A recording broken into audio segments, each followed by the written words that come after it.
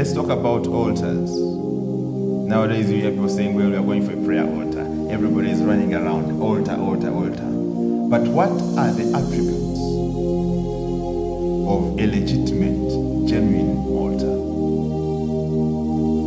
Is an altar a bad thing? No, an altar is not a bad thing. Altars are orchestrated by God himself. One scripture, 20, verses 24 and 25, Exodus.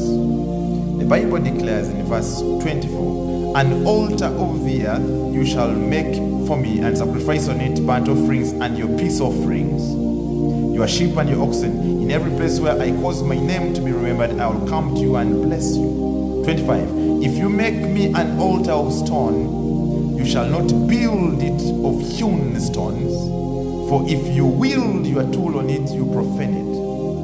Let me show you one thing here in the scriptures. In 24 it says, you shall make your burnt offerings and your peace offerings. A burnt offering is for a sweet smelling favor unto the Lord. A peace offering is an offering of a heart that is inclined unto God. Now, this thing we call a prayer altar, where people meet in a small group and they want to pray, and there are so many rules they are in and etc. If you don't see peace, then that altar is not of God, because a true altar must have peace offerings. Peace. If you don't see a burnt offering, which means, typologically means, there must be love, there must be character. So a true altar will not be praying for other people to get problems. You have people say, those people are my enemies, I am going to send them fire. No, that is not of God. That's not an altar of God. If you're going to a place which you refer to as an altar, the two attributes you need to look for: number one, a peace offering, that there must be peace in the hearts of people on that altar. There must be love.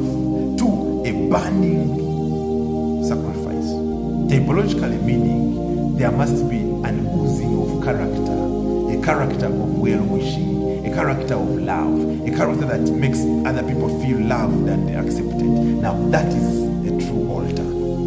But if we talk of an altar where people are angry, where people are claiming that they are praying against another person, then that altar, brother, sister, is not an altar of God.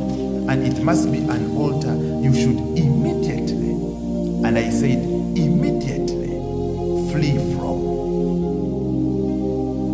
Let me show you another scripture in Leviticus 6 verses 12. The fire on the altar shall be kept burning on it, and it shall not go out.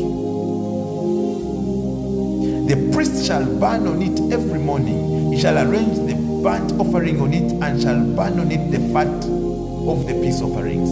You realize the Lord mentioned it in Exodus 20 verse 24 and 25. He's bringing it back in Leviticus, where he's talking now to priests. Are you aware you are a priest? According to 1 Peter 2 verses 9, you are a priest, a royal priesthood.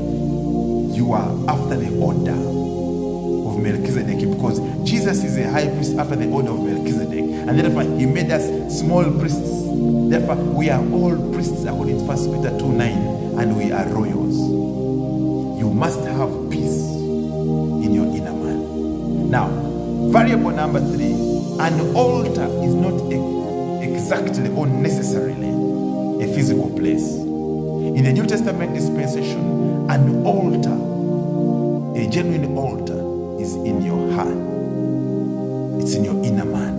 That's where incense is burnt in prayer. That's where peace offerings are burnt through transformation. It is in your heart. Is it wrong to go to a physical place to pray? No. But overemphasis that God only answers you when you go to point X and Y in the physical, now that becomes cultic.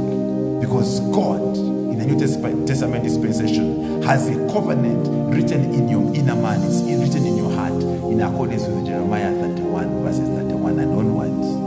I will make a covenant with the house of Israel, and I will put my laws in their hearts. So the true altar is in your heart. However, it's also okay to go and fellowship with other people. But if you see attributes that are anti the things that we have aforementioned, peace, burnt offering of love.